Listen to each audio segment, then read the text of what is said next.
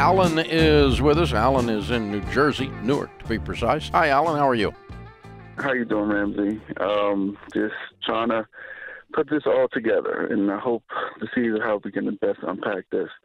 Now, I have me and my wife have about like $900,000 in debt, but it's not all crazy debt. It's investment debt. So, just give you a runabout. Just from what we make. My wife, she works at the port. She's a longshoreman, and she makes about 160. I work in the IT field and the data field, and I make about 115. So let's put that there. Have a nice little nest egg of about 60 grand. That's put aside, and I'm 33. She's 32. We're married with 4 kids that's under 10. So it's 10 and under. Yeah, so that's one thing. About the debt portion, I have about $166,000 in my primary home.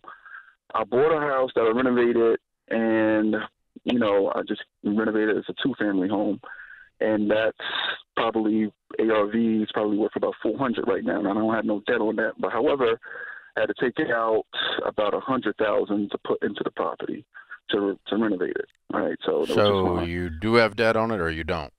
I don't have debt on that property. No, I don't have debt on it. But you got $100,000 unsecured. Unsecured. That's that you right. used on that proproperty. Okay. Correct. I got 20 in the line of. Well, it's less than 100, but it's like 20 in the line of credit. Yeah. And about 50, like about 50 from your favorite place so far. So, yeah. Okay. Yeah, I got that one, and then we bought another house, a 4-family, for about for $500,000, but we got it down to like 450. We put some money into it. We put about 40 into it. What's it worth today? Probably like 650. And what do you owe on it total? What I owe on it right now? Mm-hmm. 450. Okay, so I got 850. Okay, there it is. All right. And then we have about my wife. She got a car, 23,000 in car, and about 6,000 on credit cards. No student loans. We paid all that off. And yeah. Okay. Why are you calling us? How can we help? Now here's the thing. The property that doesn't have any debt on it, right?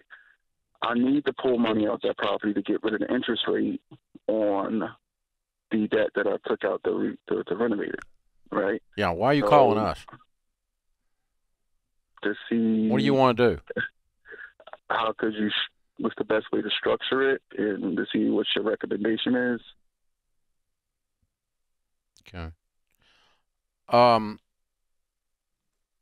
I started buying real estate when I was 22. By the time I was 26, I owned $4 million worth, and I had about a $3 million debt on it. So I had $1 million worth of equity in the real estate, starting from nothing. What you're doing sounds very stressful to me. It does not sound like there's any peace in your voice. Yeah, we try to figure it out. We try to structure everything. So. Yeah, I think you play the edges on everything, don't you? No, not really. Yeah. My truck. Yeah, you I got a Chevy Tahoe that has 170,000 miles on it. I went to a dealership to buy a car. So you've moved the P 3 or 4 times on the shell, still trying to hide it just in this conversation.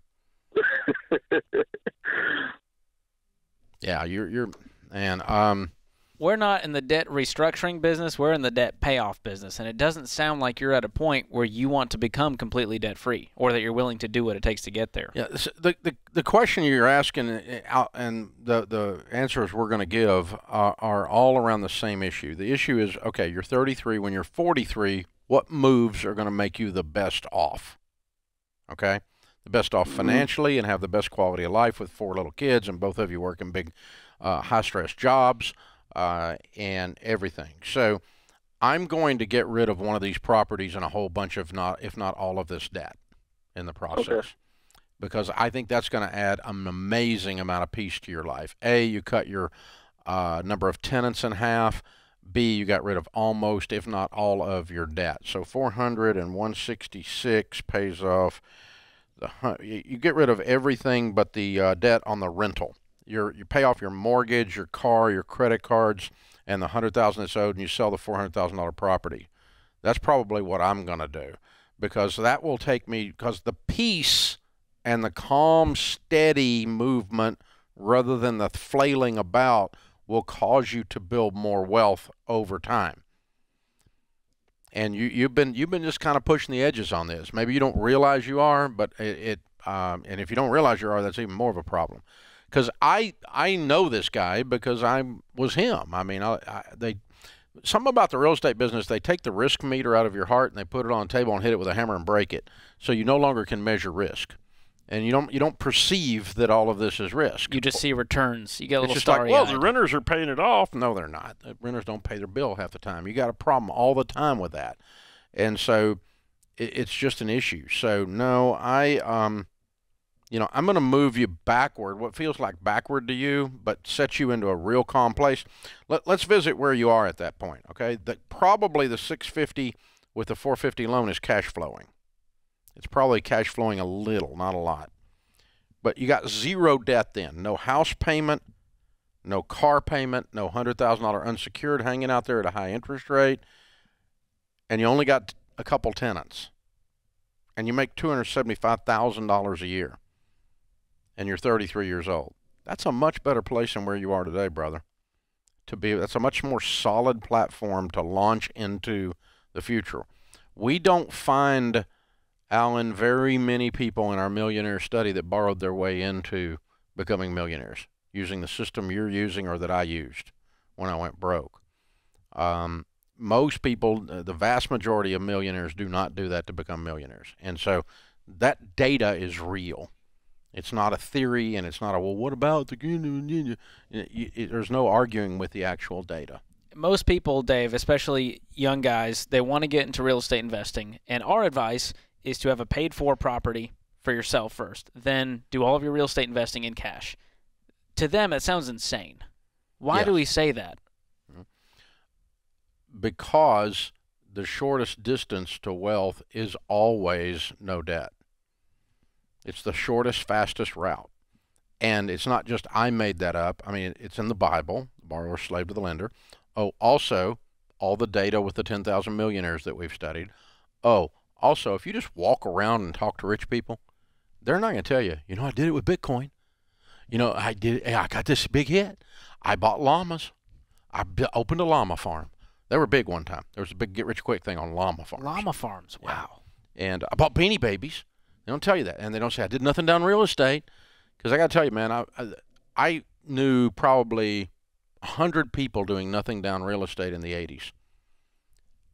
100% of them are out of the business. Wow.